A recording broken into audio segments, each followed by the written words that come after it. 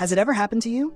You're just there, living through what seems like a normal moment, when suddenly, it's as if the world collapses. Your heart races like it's about to burst out of your chest. Your hands get sweaty and start to tremble. It feels like no matter how hard you try, the air just won't reach your lungs. And then comes that desperate thought. I'm gonna die. I'm gonna lose my mind. I can't control this. If you've ever gone through a panic attack, you know there's hardly anything more terrifying. It's like your own body turns against you, betraying you when you need calm the most. And the worst part? The overwhelming feeling that you're completely alone in that moment, that no one really understands what's happening to you. But I want you to know something. You are not alone. And there is nothing wrong with you for feeling this way. Carl Rogers, one of the greatest explorers of the human heart, dedicated his life to understanding how we can relate to ourselves with more kindness, especially in moments of deep vulnerability. And today I want to share with you something that might completely change the way you face these moments of panic. There is a technique based on Rogers' teachings that can transform your relationship with fear. It's not a magical fix that will make your panic attacks vanish overnight, but it is something far more powerful. A way for you to become your own refuge in the middle of the storm.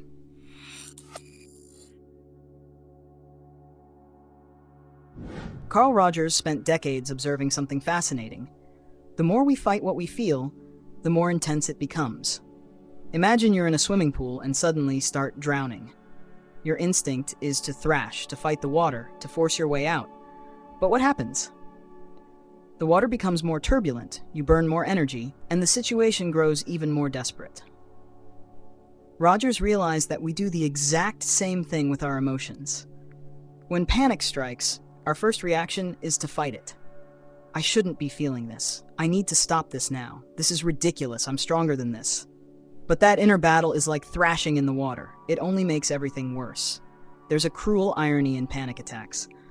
Often, what we fear the most is not the panic itself, but having another panic attack. We develop a fear of fear, and that creates a vicious cycle. The fear of being afraid generates more anxiety, which can trigger exactly what we were trying to avoid.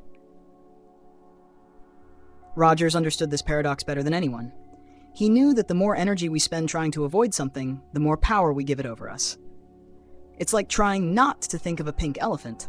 Impossible, right? He discovered something revolutionary. When we stop fighting what we feel, and instead welcome our experience with kindness, something magical happens. What once felt like an enemy becomes a teacher. What once felt like a prison becomes a doorway to freedom. But how is that even possible? How can we embrace something as terrifying as a panic attack? The answer lies in a fascinating scientific discovery, one that Rogers intuitively understood long before it was ever proven. Intense emotions have a natural cycle. They rise, reach a peak, and then begin to fall. And when we don't interfere with this process, that emotional wave typically lasts about 90 seconds.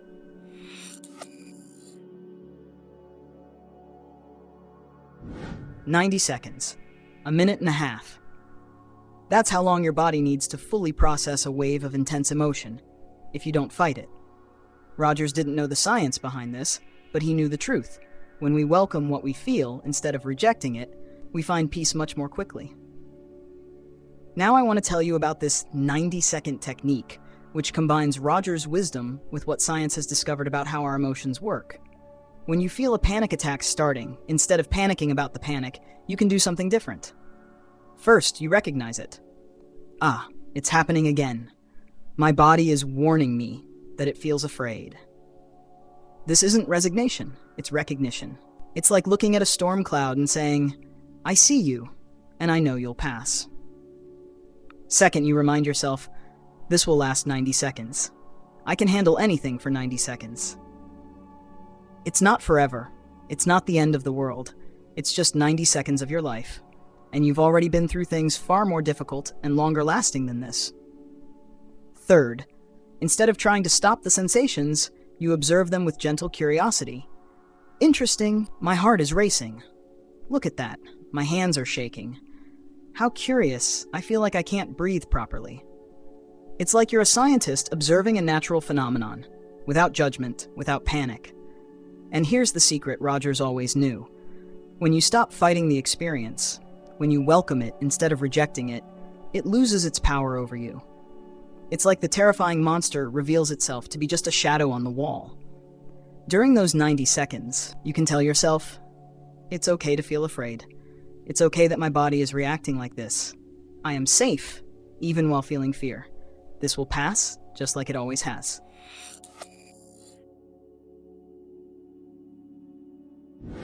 Rogers often said that healing comes from within, through a loving relationship with ourselves. During a panic attack, this becomes literal. You can become the person you wish were there with you in that moment. Imagine a dear friend having a panic attack right in front of you. What would you do? Would you say, "Stop being ridiculous, it's all in your head"? Of course not. You'd probably put a hand on their shoulder and speak with a calm voice. "I'm here with you. This will pass. You're safe. Breathe with me." So why don't you do the same for yourself? Why is it that in the moment when you need the most kindness, you become your own harshest critic? During those 90 seconds, you can literally place your hand on your chest and speak to yourself with the same gentleness you'd offer that friend. "My heart, I know you're scared. It's okay. I'm here with you. We're going to get through this together." You can breathe slowly, not to control the panic, but to stay with yourself through it. It's like holding your own hand during a difficult moment.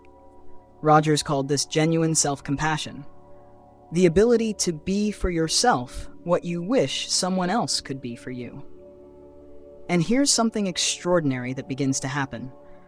The more you practice this kind of self-welcoming, the faster your nervous system learns that it doesn't need to go into full alert.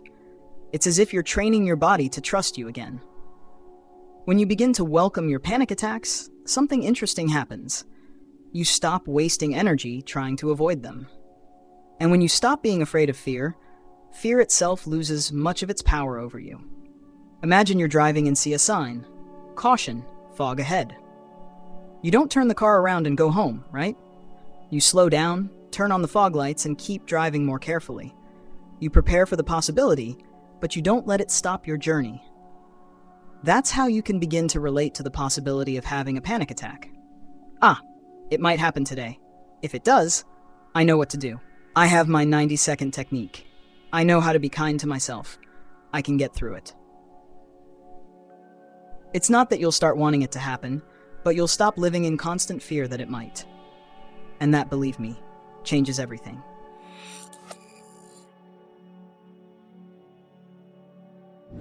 There's something about panic attacks that no one really talks about. They are not a sign of weakness. They're a sign that you are a sensitive human being living in a world that is sometimes overwhelming. Rogers always believed that our vulnerability is not our weakness. It's the doorway to a more authentic and connected life. Think about it. Can people who have never felt deep fear truly understand what courage means? Can someone who's never felt lost really appreciate what it means to find their way? Your sensitivity, your ability to feel deeply, even when it's scary, is a gift, not a curse. There's something I need to tell you, and it might be the most important thing of all. You don't need to be cured of your panic attacks. I know that might sound strange, especially when every fiber of your being wants to get rid of this experience forever. But Rogers discovered something revolutionary about this. He realized that when we try to completely eliminate a part of our human experience, we create an internal war. It's like trying to cut off a piece of who we are. And panic, as terrifying as it can be, carries important information about you.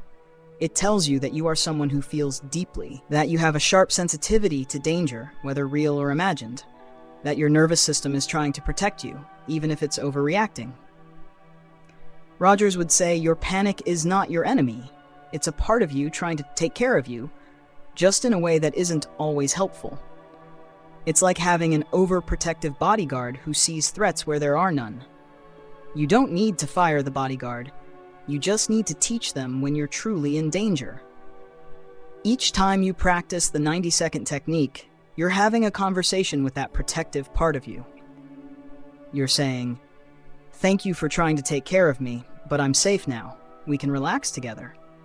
When you stop seeing your panic attacks as something that's wrong with you, and start seeing them as signs that you are a deeply feeling person, everything changes.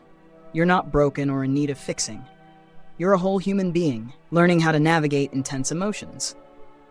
Rogers always said that we grow not despite our struggles, but through them. Each time you move through a panic attack using the 90-second technique, each time you choose compassion over resistance, you're becoming stronger. Not a strength that hides vulnerability, but a strength that embraces it. And you know what's most beautiful about all of this? You're developing a skill that goes far beyond panic attacks. You're learning how to be kind to yourself in any difficult moment. You're learning that you can be your own safe place.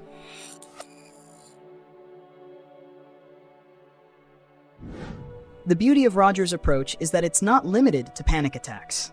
When you learn to welcome an intense emotion without fighting it, you develop a skill that can be used in any difficult situation in life. Feeling angry at someone, instead of exploding or holding on to resentment, you can use those same 90 seconds to observe, I'm feeling angry. It makes sense that I feel this way. I'll give this emotion some space and then see what it wants to teach me. Feeling rejected after receiving criticism, instead of attacking yourself or the other person, you can practice. I'm feeling rejected right now. It's a painful feeling, but it's human. This will pass, and I can treat myself kindly while it does. Feeling anxious about an important presentation? Instead of trying to force calm, you can acknowledge, my body is nervous because this matters to me. It's normal to feel anxious.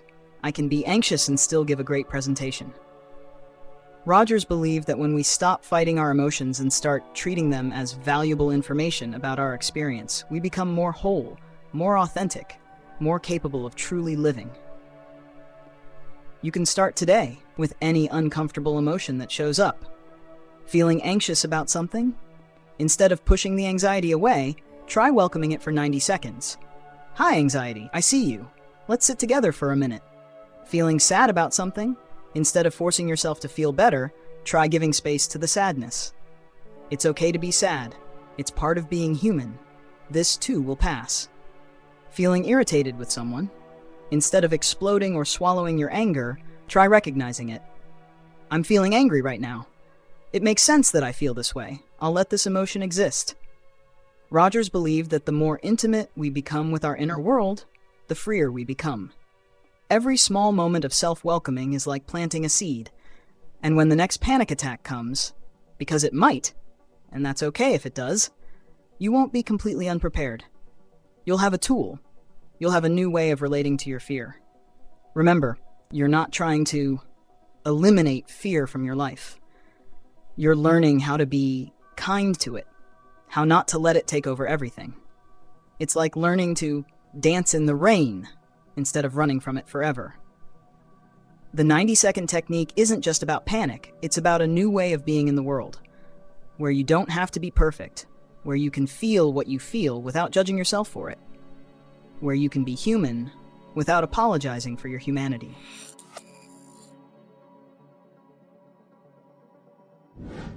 Before we say goodbye, I want to leave you with an invitation. Rogers always said that real transformation happens when we stop trying to be who we think we should be and start welcoming who we truly are. That includes welcoming the part of you that sometimes feels panic. You are a whole person, not a broken one. You are someone learning to live, not someone failing at life. And every moment you choose kindness instead of criticism, acceptance instead of struggle, you are becoming more whole, freer, more yourself. The 90-second technique is just the beginning. It's an invitation to a new kind of relationship with yourself, where you can be both your own caregiver and your own protected one, where you can feel fear and still feel safe because you know you won't abandon yourself in the middle of the storm. Start small. The next time you feel any uncomfortable emotion, irritation, sadness, anxiety, try giving it 90 seconds of welcoming. It doesn't have to be perfect. It doesn't have to work completely the first time. It's a practice, like learning to play an instrument or cooking a new dish. And remember, you are not alone in this experience. Millions of people around the world experience panic attacks. You are part of an invisible community of courageous people, learning to navigate intense emotions with kindness. If this video brought you any comfort, if it made you feel less alone in your experience, I'd be very grateful if you could leave a like and share it with someone who might also need to hear these words. Leave a comment sharing your experience. Sometimes just knowing others have been through what you're going through is a huge relief.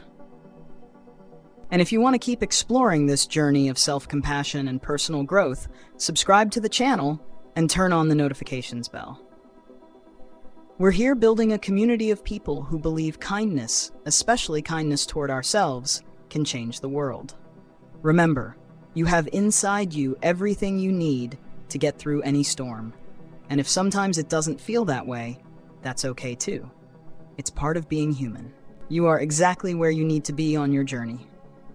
Until our next conversation, take care of yourself with kindness.